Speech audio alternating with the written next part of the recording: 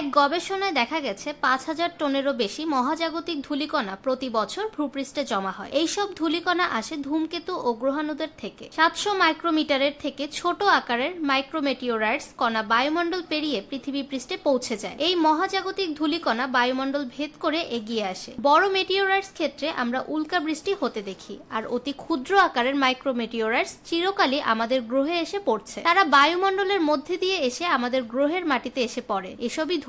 ২০ বছর ধরে চলা আন্তর্জাতিক স্তরে গবেষণার মধ্যে দিয়ে ফ্রান্সের national centre for scientific research, Paris ল্যাকে বিশ্ববিদ্যালয় এবং national museum of natural history, French polar ইনস্টিটিউটের সাহায্যে নির্ণয় করেছে যে কি পরিমাণ কণা মাটি পর্যন্ত পৌঁছায়। এই অতি ক্ষুদ্র কণা সংগ্রহ করে বিশ্লেষণের উদ্দেশ্যে গত ২ দশক ধরে CNRS এর গবেষক জাঁ দুপ্রাতের নেতৃত্বে ৬টি অভিযান চালান। এই অভিযান চলে ফরাসি ইতালীয় কনকর্ডিয়া স্টেশনে, যা অ্যান্টার্কটিকার মাঝখানে অ্যাডিলি ল্যান্ড উপকূল থেকে ১১০০ কিলোমিটার দূরে অবস্থিত। IBM পৃথিবীর ধুলো প্রায় না থাকার জন্য এবং বরফ জমার পরিমাণ কম হওয়ায় হোমসি হল মহাজাগতিক ধূলিকণা সংগ্রহ করার আদর্শ জায়গা। এই অভিযানে পর্যাপ্ত মহাজাগতিক কণা সংগ্রহ করা হয় যেখান থেকে তাদের বার্ষিক পরিমাণ মাপা যায় এবং তার থেকে বোঝা যায় পৃথিবীতে প্রতি বর্গ কিলোমিটার প্রতি বছর কি পরিমাণ এই ধরনের কণা জমা হচ্ছে। এই গবেষণার ফলাফল যদি গোটা গ্রহের ক্ষেত্রে প্রযোজ্য হয়, তাহলে দেখা যাচ্ছে যে প্রতি বছর জমা হওয়া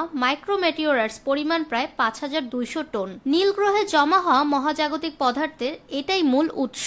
আকারে বড় বস্তু যেমন উল্কার থেকে এদের পরিমাণ অনেক বেশি, যেখানে উল্কা থেকে জমা হয় বছরে ১০ টনেরও কম। মাইক্রোমেটিওরাইটসের স্রোতকে বৈজ্ঞানিক সম্ভাবনার সঙ্গে তুলনা করলে দেখা যাচ্ছে বেশিরভাগ কণা সম্ভবত ধূমকেতু থেকে আসছে আর বাকিটা গ্রহাণু থেকে। পৃথিবী সৃষ্টির পর কিভাবে পানি ও অন্যান্য কার্বন অণু তৈরি হয়েছিল, সেখানে মহাজাগতিক কণাদের ভূমিকা কতখানি তা বুঝতে বিজ্ঞানীদের সাহায্য করতে পারে এই গবেষণা।